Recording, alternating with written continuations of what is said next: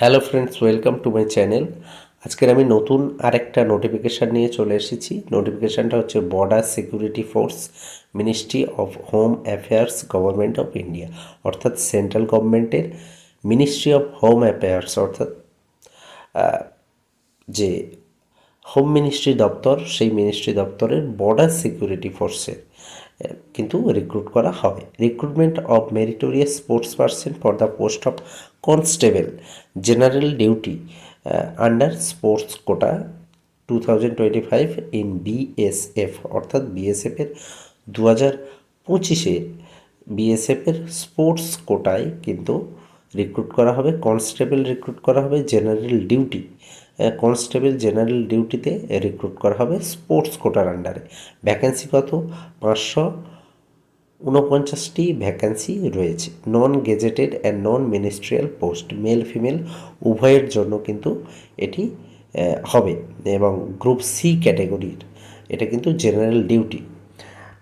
তো 549টা যে ভ্যাকেন্সি, সেখানে কোথায় কি কি পোস্টের ক্ষেত্রে কি কি ভ্যাকেন্সি আছে, এখানে সম্পূর্ণ লিস্ট কিন্তু এখানে দিয়ে দেওয়া হয়েছে। যেমন অ্যাথলেটিক্সে হচ্ছে মেলে 53, তারপর হচ্ছে ফিমেলে হচ্ছে 50, তারপর হচ্ছে যেমন বাস্কেটবলে মেল 3টি এবং ফিমেল হচ্ছে 17টি, ড্রাইভিংয়ে মেল 3টি, ফিমেল 3টি, এরকম ফুটবলে মেল 4টি, ফিমেল 17টি, এরকম কিন্তু হকি আছে, কাবাডি আছে, তারপর হচ্ছে জিমন্যাস্টিক আছে, সাইক্লিং আছে, বক্সিং আছে, এরকম সমস্ত কিন্তু এখানে দিয়ে দেওয়া হয়েছে।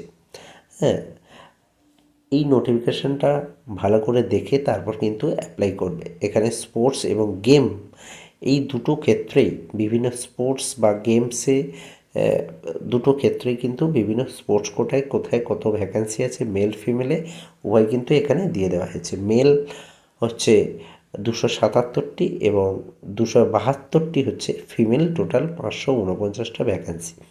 পে স্কেল কত? পে স্কেল কিন্তু 21,700 থেকে 69,100।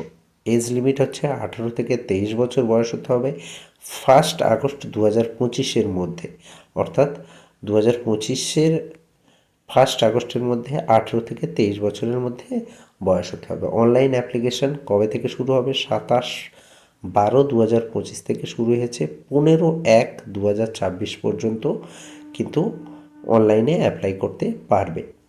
তারপরে এখানে সিলেকশন প্রসেসও এখানে দিয়ে দেওয়া হয়েছে।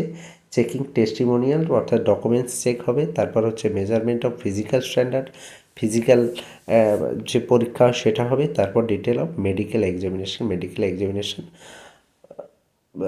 টেস্ট, মেডিকেল টেস্ট হবে, তারপর কিন্তু রিক্রুট হবে। তো এই হলো নোটিফিকেশনের মূল বিষয়। এখানে এই যে ওয়েবসাইট https://bsf.gov.in, এই ওয়েবসাইটে গিয়ে সমস্ত কিছু ফিল আপ করতে পারবে এবং সমস্ত কিছু ডিটেলসে দেখতে পাবে। নোটিফিকেশানটা ভালো করে দেখে তারপর কিন্তু অ্যাপ্লাই করবে। তো এইরকম বিভিন্ন নোটিফিকেশান আমি আমার চ্যানেলে নিয়মিতভাবে দিয়ে থাকি। যদি এইরকম আরও নোটিফিকেশান পেতে চাও তাহলে চ্যানেলটিকে অবশ্যই সাবস্ক্রাইব করবে। তো আজ এই পর্যন্ত, দেখা হবে আবার পরের ভিডিওয়ে। পাশে থাকবে।